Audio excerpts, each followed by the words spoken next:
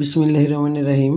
প্রিয় নবম ও দশম শ্রেণীর এবং 2027 সালের এসএসসি পরীক্ষার্থী যারা আছো, আজকে তোমাদেরকে দেখাবো অনুশীলনী 1.1-এর উদাহরণ 5 নম্বর অঙ্ক। আজকের অঙ্কটা অনেক গুরুত্বপূর্ণ। এখানে যোজন ও বিয়োজনের সূত্রটা তোমাকে প্রমাণ করে দেখাবো। দেখো, এই অধ্যায়ের তুমি যখন অনুশীলনের অঙ্কগুলো করবে তখন তোমাদের এই যোজন বিয়োজনের অঙ্কটা করতে হবে। অনেক অঙ্কের মধ্যে তোমার যোজন ও বিয়োজন করতে হবে।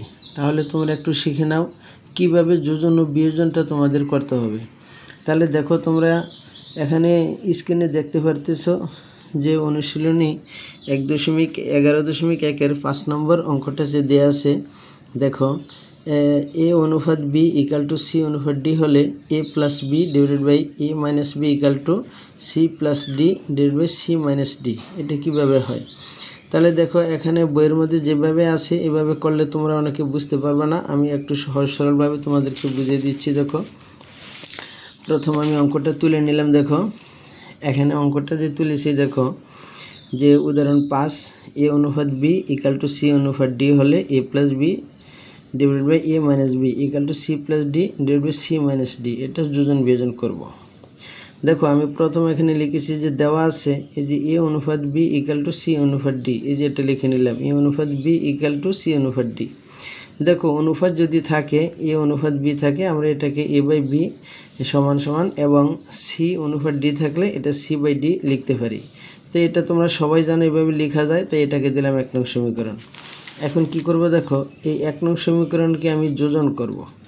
যোজন হচ্ছে, দেখো, এই লবের সাথে নিচের হরের সংখ্যাটা যোগ। তাই লব আছে এ, এই লবের সাথে আমি হর আছে বি, তাই লবের সাথে আমি এই বি যোগ করলাম। নিচে বি বি থেকে যাবে, সমান চিহ্ন দিয়ে আবার এই ডান পাশে যে সি আছে, এই লব আছে, এই লবের সাথে যে হর আছে ডি, এই হরটা আমি যোগ করলাম।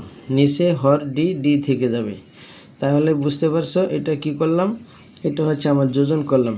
ইতিপূর্বে আমি যোজনের আলাদা সূত্র দেখিয়েছি। যারা আমার এই যোজনের ভিডিওটা দেখো নাই তারা দেখে নিও, আমার পেজে দেওয়া আছে। তাহলে এটাকে আমি কত নং সমীকরণ দিলাম? 2 নম্বর সমীকরণ দিলাম। এখন আবার কি করব? এই যে 1 নং সমীকরণ আছে, এই 1 নং সমীকরণকে যোজন করলাম, আবার বিয়োজন করব। তাহলে আবার লিখে নিলাম যে 1 নংকে বিয়োজন করে পাই। তাহলে 1 নংয়ের যে লব যে এ আছে, এর সাথে এখন কি করব? এ বি বিয়োগ করব। যেহেতু বিয়োজন মানে বিয়োগ, তাহলে তোমার কি করব? এর সাথে এই হর বিয়োগ করলাম, এ মাইনাস বি, নিচে হর বি বি লিখে দিব। তারপরে আবার দেখো, এখানে আছে কত? সি। এই সি কী করব? সি এর সাথে যে হর আছে ডি, এই হর ডি বিয়োগ করব, তো সি মাইনাস ডি।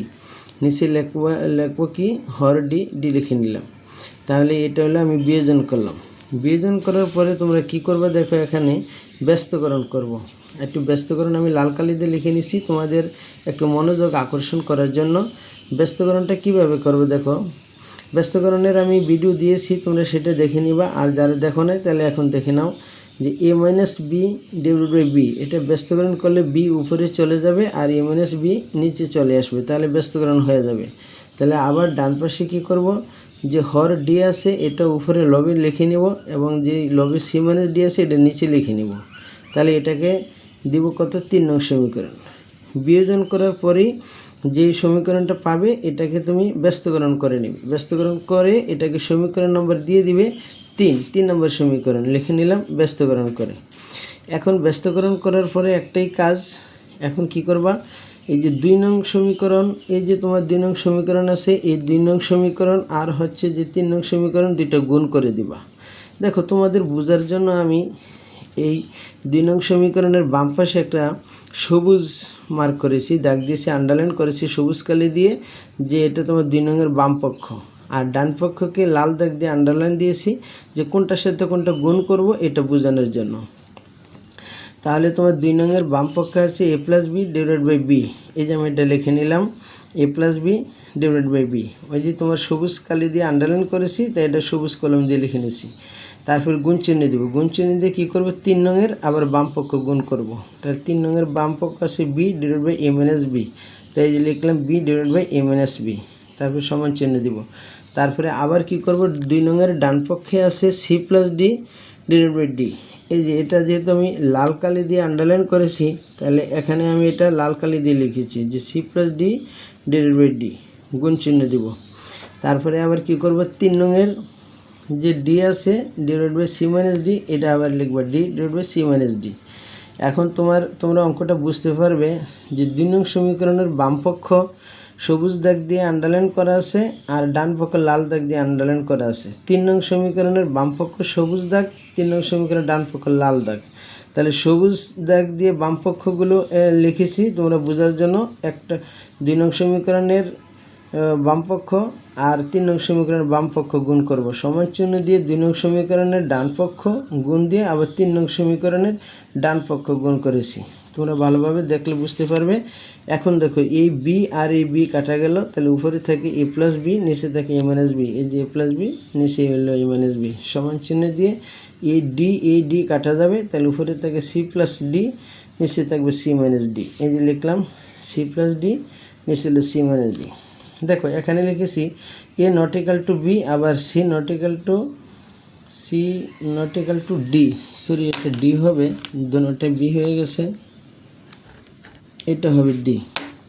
মানে এর মান বি হতে পারবে না। এর মান যদি বি হয় তাহলে আমি যদি এর মান নিচে বি লিখি তাহলে 0 হয়ে যাবে। 0 হলে আর আমাদের অঙ্কটা আর হবে না। তাই এখানেও সি যদি ডি সি সমান ডি হলে এটা 0 হয়ে যাবে। 0 হয়ে গেলে আমাদের আর অঙ্কটা অনুপাতটা আর থাকবে না। এই জন্য এটা লিখে দিবে A not equal to B আর C not equal to D. তাহলে আশা করি তোমরা বুঝতে পেরেছো। আমার পরবর্তী ভিডিও তোমরা দেখবে। আশা করি এই অনুশীলনী 1.1 প্রত্যেকটা অঙ্কে তোমরা সুন্দরভাবে করতে পারবে। তাহলে আজকে এই পর্যন্তই। আল্লাহ হাফেজ।